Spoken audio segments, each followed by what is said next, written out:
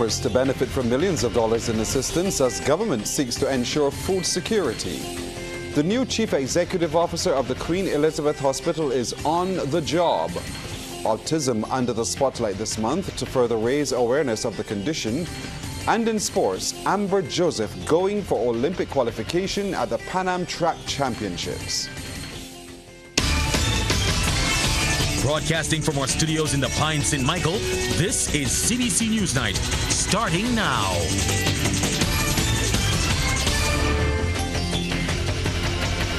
Good evening, I'm Pearson Bowen. Millions of dollars are being made available to farmers to help them beat the extreme heat predicted for this year. With the Barbados Meteorological Services warning that 2024 will be hotter than last year, government is injecting close to $4.5 million into improving the capacity of farmers to cope. Well, joining us now with the details is Wendy Burke. Wendy. Well, Pearson, in an interview with CBC News today, Minister of Agriculture Indar Ware shared what government is doing to assist farmers to avoid adverse outcomes from the heat. He said tomorrow his ministry will be transferring $2 million to the Barbados Agricultural Society's account to help livestock farmers adapt and build resilience to climate change conditions. The Prime Minister of Barbados committed in the budget of 2023 to make a $2 million revolving fund available to the Barbados Agricultural Society. It's a revolving fund, meaning that those who are benefiting from the fund must repay at some point in time in order that it can be ongoing and that other farmers can benefit as well. She did make the point at that time that it must be used for climate adaptation and building resilience, and therefore she spoke to greening within the subsector. Last year, several poultry farmers reportedly lost thousands of chickens due to heat stress. Additionally, government had to import 1.9 million eggs for the 2023 Yuletide season to avert a possible crisis because layers were mostly affected by the severe heat conditions. The minister said poultry farmers who will be expected to meet specific requirements to access the funds now have the opportunity to make adjustments to their chicken pens and other infrastructure. So in poultry, for example, we do know that the tunnels or the pens that they use would need more chillers. They have to be cooler. Obviously, then they will have to retrofit those to put in the chillers to make them cooler during the hot periods. And they would have access to those funds in order to be able to do it. We're also working with the large-scale farmers as well, the big ones, who would not necessarily need to rely on those funds, but would need government support in terms of incentives and concessions. And we've put a full suite of incentives in place and concessions that they can draw down on. Poultry farmers are not the only ones getting assistance, Pearson. There are also plans to boost the country's milk production capacity. To that end, Minister Ware will be meeting with farmers soon to discuss addressing the reduction in milk supply caused by the heat. He says government intends to provide players in the industry with incentives to help them increase hay production, improve farming facilities, and import a projected 320 pregnant heifers. So that they can be able to, well, they say what they call in-calf cows, so that the cows, when they come here, they give birth and immediately you have milk. And the overall cost of assisting the dairy industry works out to somewhere around $2.4, $2.5 million as well. And that was also passed in the last budget. It is now for us to make sure that we move at pace to allow for them to get the animals here. We've looked at source markets for those animals. The minister added that while provisions are being made to import the heifers, measures are being taken to ensure bird flu does not accompany them to the island's shores. I have to say to you that we're going to have to be extremely careful at this point in time, because you are aware of the in the U.S. What has now taken place with bird flu where it is now found in dairy animals. And in one instance, I believe it impacted one person as well. And it's, whilst it is in only certain zones in the US, we still have to be on high alert. And we are not going to take any risk at all.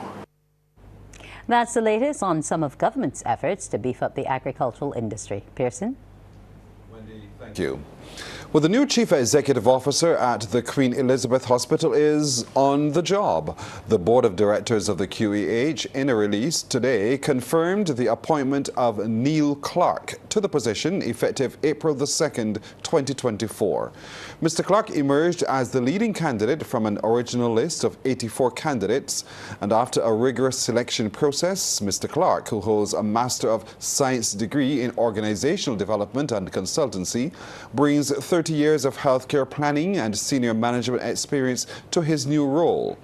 He met with staff and told them his approach is one which is patient-centered, with staff recognition and standard improvements. Now, every patient matters. Every staff member counts, and every day we should do something that will improve the services or improve the situation. Now, that something might be designing a new flow of patients, designing a new way to move patients, lift patients. It might just be making a patient smile. It might be making a fellow staff member smile. You'll see people who are tired, frustrated, and when you see those people, your colleagues, help them. When you see a patient, help them. And I want to work out how can we, every day, do better than what we did yesterday. Mr. Clark, who has worked in the United Kingdom at major hospitals and served as the Chief Operations Officer of a large multi-site 1,000-bed and 8,000 staff hospital and community care provider in the United Kingdom, said in his most recent posting he served as Abu Dhabi's senior advisor to the Department of Health. Most people have heard of Dubai, they haven't all heard of Abu Dhabi. That's the rich part of the emirate where all the oil is, all the money is. And I went to a healthcare system then which had everything it could ever want. But it wasn't working particularly well because it was fragmented. And so my job then at that time was to help them review how they could pull together a good healthcare system. The escalating cost of higher education is proving to be a hurdle for many aspiring Barbadians. However, Principal and Pro-Vice Chancellor of the University of the West Indies Cayfield campus, Professor Clive Landis, says the support from private donors and corporate sponsors have been a game changer. He says the support not only benefits the recipients who are able to pursue their academic goals and dreams, but businesses and society at large. This financial support is especially critical for students from underrepresented or disadvantaged backgrounds, as it fosters the diversity and inclusivity within the campus community. For the business community, investing in scholarships is an investment in the future the future workforce. Such philanthropy allows companies to nurture potential talent early on, often leading to internships and employment opportunities for scholarship recipients within the company. While expressing thanks to all donors, Professor Landis says the exceptional and deserving students embody the hard work, creativity and thirst for knowledge that exemplify the pursuit for excellence. He urged those in attendance at the 2024 Student Awards reception that they are on the receiving end, so to pay it forward. Extend a helping hand to future students who will follow in your footsteps. Together, our donors and students have created a wonderful synergy that propels our academic community forwards. On behalf of the university, I extend my deepest gratitude and congratulations. May we continue to thrive in this partnership of excellence and benevolence. Well, one of the sponsors is Turks and Caicos Islands-based airline Inter-Caribbean Airways. Founding chairman Linda Gardner says the accomplishments of the 2024 student awardees fill him with optimism and hope for the future. Your accomplishments give me immense pride in the next generation of leaders, professionals, and change makers who will shape the Caribbean we want to see. Each of you in this esteemed group has dared to dream big, and you have done well. Many of you are first generation to attend college. You have challenged yourself to aim higher and be better. You have put in sleepless nights studying, long hours practicing, and pushed past obstacles that would make ordinary people quit. Well, those people hoping to take their driving tests and obtain licenses today were bitterly disappointed. A staff shortage in the testing section of the Barbados Licensing Authority severely limited operations and forced an early closure. Deputy General Secretary of the National Union of Public Workers, Wayne Warren, who visited the government department, says the appointments will be rescheduled. He says the NUPW was assured by management that the staff shortage facing the department will be resolved. It was not a situation for industrial action, but rather there was a staff shortage for the day where you had 3 out of 5 officers were absent. Given the overwhelming situation on the 2 remaining officers, a decision was taken that appointments were rescheduled. We received some positive news which we support 100%, that 3 additional posts of testing officers would be filled. That is being processed by the people resourcing the complaints. And as soon as those posts are filled, it would alleviate the situation with the workload and staff shortages. We will continue to monitor the situation and give every support to the licensing authority to ensure that staff are comfortable and to get the adequate staffing to ensure that they can function with a level of comfort. A moderate earthquake was recorded northeast of Barbados in the Atlantic Ocean last evening. The Seismic Research Center of the University of the West Indies says the 5.4 quake struck at 4 minutes to 6. It was located at latitude 15.46 north, longitude 58.38 west, or about 294 kilometers northeast of Bridgetown and 314 kilometers east-northeast of Fort-de-France, Martinique. The quake was recorded at a depth of 170 kilometers. We'll take a break here, but coming up, Barbadians encouraged to play their part in dealing with dengue. A health official is urging Barbadians to do their part to stem the spread of the deadly dengue virus.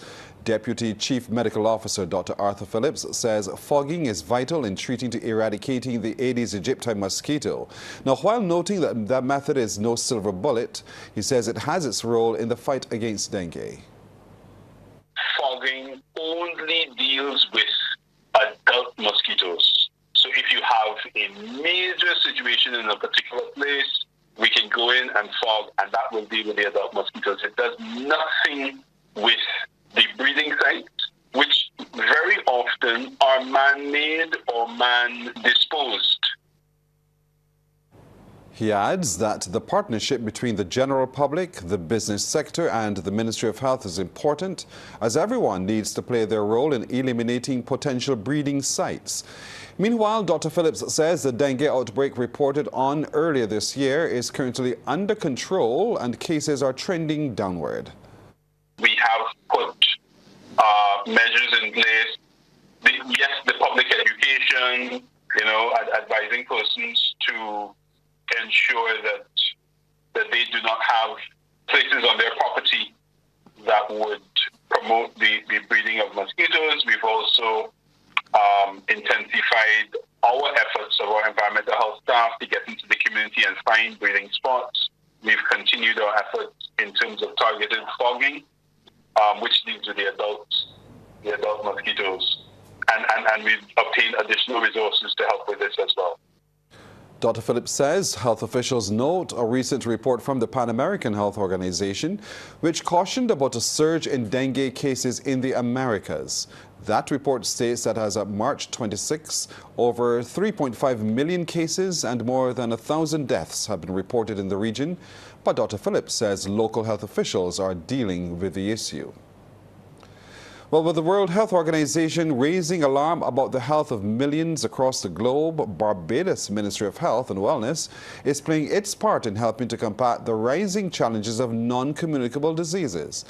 To commemorate World Health Day, set to be observed on Sunday, a wellness fair will be held at the Barbados Defence Force Mobile Field Hospital at the National Stadium on Saturday. Acting Chief Health Promotions Officer Donna Barker says several partners, including the Pan American Health Organization, the Heart and Stroke Foundation, and Ross University, are on board. She called attention to the meal preparations of some Barbadians as she recognized and encouraged citizens to adopt healthy habits. She was a guest on Morning Barbados. Barbadians are very educated and literate in terms of health. However, our culture has a lot to play in it. The foods that we prepare, the ways that we prepare our foods is we use a lot of sugar, we use a lot of oil and so on. So things like showing people how to prepare tasty and attractive meals, but using less sugar, less salt, more fiber and things like that. Help people to have the food tasting good and looking good, but a little bit more healthy, a little less risky in terms of that.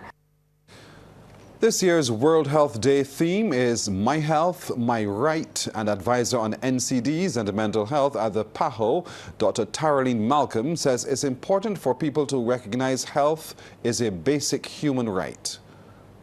Therefore, we have a right to have access to quality health services. We have a right to information to help us to make informed decisions. We have a right to clean air so that we can breathe comfortably. We have a right to know what is in our food. And therefore, we need to make sure that policies and programs are in place that give individuals, give the population this information so that they can advocate for this in their respective country.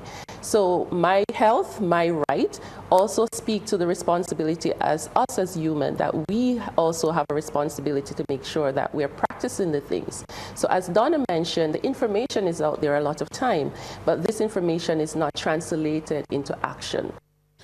Barbados is reporting 29 new COVID-19 positive cases within the past month. The latest statistics revealed by the Ministry of Health and Wellness cover the period February the 17th up to March the 15th. The new cases were registered after 409 tests were conducted. Those included 14 males and 15 females. Of the 29 new cases, 2 people were under the age of 18. There were no deaths recorded, which means the death toll from the viral illness to date remains at 648. A blue light is being shone as a means of raising autism awareness. That light symbolizes the brightness of children and adults on the spectrum. Wendy Burt tells us government is leading the way by having the Parliament buildings lit up for a week, as this year's theme is Light It Up Blue. President of the Autism Association of Barbados, Frederick Johnson, says when it comes to those on the spectrum, they can cope and be aware of their surroundings while they may not reach every milestone. He says the association has been able to help many parents in the past few years with their challenges, and now, thanks to government, it can help them with necessary life skills. We've developed as a society and as a community. And what's more, we now have, thanks to quite a few people in our government, we now have a wider recognition of what the autism means for us and for greater awareness in schools especially. I'm very glad to say that the society is now being given a lease of a building to call our own as a headquarters, from which we will be running therapy workshops both for families, parents and children. Member of Parliament Edmund Hinkson, who is a disability advocate, was in the Parliament yard for the building to be lit blue.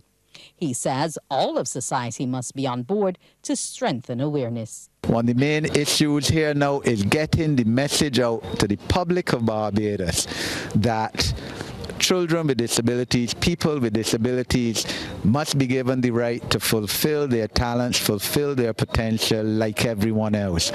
And I mean, God forbid, anyone can get a child with a disability, a child with autism. You don't bargain for that, but it happens. You love them as much as any other child. It is challenging, but that's what life is about. The blue lights will remain on in Parliament Yard for a week, but autism awareness will run for the month of April. Wendy Burt, CBC News. Queen's College copped first place in the inaugural Future Forward Schools Innovation Challenge. QC and the other finalists were tasked with presenting homegrown solutions to problems impacting Barbados. The challenge focused on some of the 17 Sustainable Development Goals, and the participants were commended by education officials and sponsors for their presentations. Among the ideas, a remote-controlled seeder, an automated solar stop for eco-friendly transit, and a solution to the sargassum seaweed problem. Senior Research Officer and sponsor Export Barbados, Pedro Hutchinson, encouraged the students to take their designs and innovations to the next level. Because we are Export Barbados, I want to say that your market is bigger than just our 166 square miles. Yeah, there is a global marketplace out there.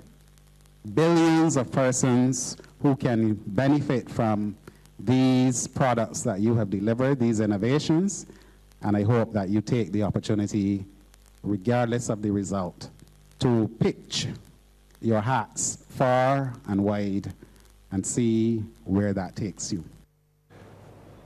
Second place in the inaugural Future Forward Schools Innovation Challenge went to Harrison College, third to the Seventh-day Adventist Secondary School. Sports Night, brought to you with the compliments of Great Health Works, agents for Omega XL. Turn our attention now to the world of sports. We're joined by Mark Seal. Mark, good evening to you. Very good evening. We're going to start with cycling, where Barbados' top competitor Amber Joseph will be making one more bid to qualify for the 33rd Olympiad. It comes tomorrow in Los Angeles when she participates at the Pan American Track Cycling Championships in the Omnium. Now, the Omnium sees cyclists take part in 6 events over 2 days, with the riders accumulating points. And the rider with the most points declared the winner. Now, that event will be on day 3 of the Pan Am Championships. Joseph has already started her build-up to that event as she bagged a bronze in the women's scratch race last night on day 1. The 10-kilometer, 40-lap race was won by Jennifer Valente of USA, while Canada's Lily Plant was second. Meanwhile, another Barbadian, Edwin Sutherland, finished the 15-kilometer, 60-lap men's scratch race in 12th position. The historic IFBB Elite Pro Roger Boyce World Cup is attracting some of the best bodybuilders around the world to Barbados for the highly anticipated event next month. CBC's Admar Goodrich-Boyce tells us more. A whopping cash prize of $100,000 across 7 categories will be up for grabs at the historic IFBB Elite Pro Roger Boyce World Cup. With the April 7th deadline for entries fast approaching, close to 200 competitors have already registered, including 50 pro athletes. Speaking during a media conference, Public Relations Officer Shakira Duglin explained the concept of the prestigious event. This show is not about the athletes or the competition. It's about promoting the sport of bodybuilding and inspiring future generations of athletes to pursue their dreams. And we know that it's not just about physical strength or muscle mass. It is about mental toughness and discipline and perseverance. And that is why we have created a show that celebrates not just the physical aspects of the athletes, but also their dedication, hard work, and commitment to excellence. Athletes will be traveling from as far as Guyana, Nigeria, Colombia, and Turkey, while Barbados is expected to go up against that international contingent with 30 competitors. Ramon Brooms, Lamar Coward, and Dion Thompson are among the big local names. Brooms says he's looking forward to the big showdown. We have quite a few pro athletes competing, myself included, and I'm just thankful to be a part of the event and getting a chance to, grow with it, as I would have known when it was conceptualized as the Darcy Beckles Classic. Thompson added that the show is a major advantage to Caribbean athletes. Having the show here will allow a lot of the Caribbean athletes the opportunity to come because it's cheaper for them to be here and will allow us to represent this side of the world to the world because the eyes are going to be on this show. It's going to be a huge show. As Ramon said, we're going to, bring it. Several local companies have partnered to support the event, including Pantry of Amazon Caribbean Proline Kombucha. Brand ambassador Annika Shaper says they are committed to the promotion of bodybuilding. We see a fantastic opportunity to sponsor IFBB Elite Pro Roger Boyce World Cup. At Proline, we are dedicated to promoting health and wellness in every aspect of life. Our belief in the power of holistic well-being drives us to support events like this, where individuals come together to celebrate fitness, strength, and resilience. The IFBB Elite Pro Roger Boyce World Cup will be held from May 9th to 12th at the Wildy Gymnasium. Anmar Goodrich Boyce, CBC Sports. Veteran player Kim Holder is the winner of the inaugural Queen of the South Road Tennis Tournament. Playing at the courts at the Garrison, Holder was a 2-1 winner over Rachel Smith in a keenly contested final. CBC's Anne-Marie Burke takes a look at the match. It was truly a battle royale for the Queen of the South title between Rachel Smith facing the screener Kim Holder, and at this point it was locked 21-all in the first game, and Holder's return into the net gave Smith the one-up advantage. But it will soon be leveled again as Smith now gets her return all wrong, making it 22-all. Smith serves, and again Holder just doesn't have the right response. Smith then found herself at match point, and the rally was long as Holder held her firm, and the backhand return is hit out. We're back tied up at 23-all. Holder then said enough is enough and smashed this one. Smith would definitely have no saving grace. So game point for Holder, and Smith was making her work for it until she falls and it's secured. Holder takes the first game at 25-23. A good crowd was on hand to support the ladies as the second game served up just as much action. And at this stage, as in the first, things were locked 13-all, and each one was fighting to keep the ball on. And Smith's backhand failed her again. Very next play, Holder was the one with the mistake, and it's even Stevens. But then Smith changed gears and put some pressure on Holder, moving the ball around, and then goes in for the kill and earns it. On the next play, Holder showed she was not impressed by losing that previous point, first going low for the return, and then delivers a lethal blow. Both women then up the ante, and just when Holder thought she had Smith beat, watch the return, and Holder's left for dead. Smith really into it now. The game then went into an easy mode, both women just knocking up. Return for return, and then Holder spots the opening, beating Smith to her left, but Smith is still in control though at 20-18. Game point for Smith, and she serves out, so it's now 20-19. Second attempt to sew things up, and it was not so easy to claim, possibly the longest rally of the game. Holder thought it was out, but the play continued. Both women in a cautious mode, and then Holder hits a tad bit too hard. It's out. Smith claims the second game at 21-19, so we're locked at 1 game each. It was a best-of-3 final, and this last game gave the spectators all they needed in the early stages. Locked scores, as we see a tit-for-tat of returns, and some plays that were pure class, nicely down the line by Smith. And while Smith dominated the early part of the game, Holder quietly crept back into contention. A switch of sides, so Smith is back in the screen now and up 11-9. But Holder staged a comeback, and this shot started it all. Holder put mind to matter and had Smith on edge, an answer for every shot. And this drop shot saw Smith save it while losing her racket, and Holder capitalized. Holder went from down by 2 to be up by 7, 19-12. And smelling victory, she was holding her own. The veteran being cool under the pressure. And this backhand drive put her on the brink of the win. Game and match point. Smith serves, and there's a dead ball into the net. It's signed and sealed. Holder taking the final game at 21-12. Kim Holder is the inaugural winner of the Queen of the South all-female road tennis tournament. The Business Report, brought to you with the compliments of Republic Bank. We're the one for you. Well, before we get into tonight's business report, this just into us. Parents and guardians of the Lester Vaughan Secondary School will get to hear firsthand tomorrow the results of the environmental report. That's when a meeting will be convened at Queen's College. However, for those unable to make it there is another option, as we hear from the Chief Education Officer, Dr. Ramona Archer-Bradshaw.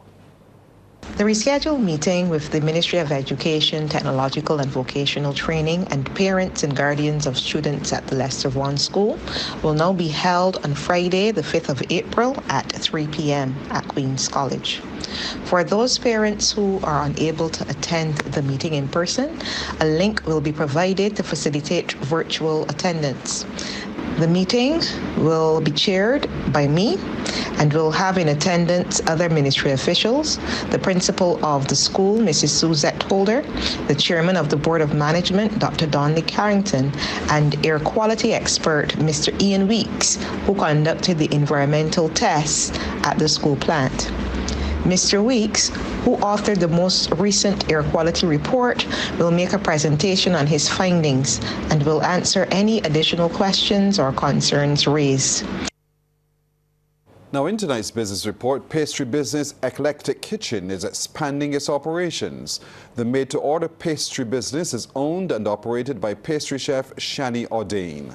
On tonight's business report, the young entrepreneur talks about the operation. I do a little bit of everything, so it's an eclectic range of options that you guys get. I do cakes, I do cupcakes, cinnamon rolls, tarts, pies, anything you can really think of. I even do baked Alaskas, I do ice creams on occasion. So that is where the eclectic and the eclectic kitchen comes from. You know, it's a whole rainbow of options that you get. The Caribbean Export Development Agency has crafted a strategy to attract investment in 3 key areas in the region.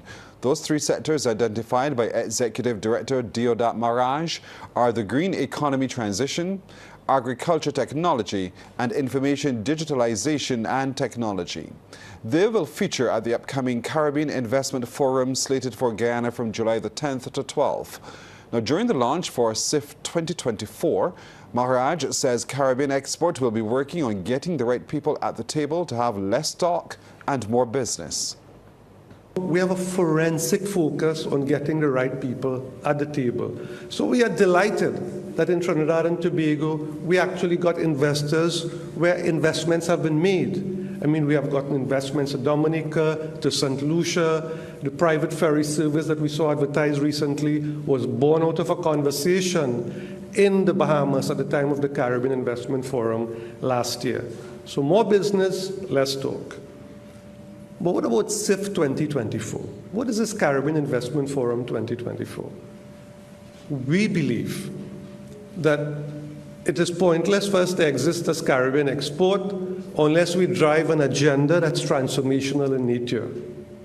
So we are keen to focus on sectors that could really drive transformation of our region. Back to sports, back to Mark. Thank you very much. An 8-member junior table tennis team from the Caribbean Unity Sports Program recently competed in the LQ Classic Junior Table Tennis Tournament in Grenada. The team of Jaheim Farley, Caleb Trotman, Majay Collymore, Devontae Simmons, Shania Hoyt, Amari Carrington, Mackay Jones, and Jakayla Hoyt competed across the under-13 and under-15 age groups. Barbados claimed a win, with Collymore being the best among the under-13 boys. Then in the under-15 girls, Hoyt ended in second position, while her little sister, Jakayla, at only 6 years old, was third in the under-13s. Now, head of Caribbean Unity Sports, Kevin Farley, says more assistance is needed to expose the players to more international competitions. We just need to have more companies and more corporate sponsors on board in terms of the initiative to help us with the at-risk youth. Right? This program was conceptualized a year ago between myself and a partnership with the National Peace Program to bring children off the block and off the communities and put them involved in sports that they can do better things with their life rather than waste it through crime or violence. In netball, UE Blackbirds got the better of BPA Police Boys and Girls Sports Club last night when the BNA's Premier League continued at the netball stadium. Blackbirds won 56 goals to 40 after leading at each quarter 17-10, 32-18 and 43-27 respectively. For the winners, goal shoot Shanika Wharton made 50 of 59, while goal attack Brianna Holder had 6 of 7. For police, their goal shoot Janae Austin scored 26 of 37. Well, that's our time tonight. Thank you for spending it with us. I'm Pearson Bowen. For the crew, to all of you, good night. By God's will, we'll see you tomorrow.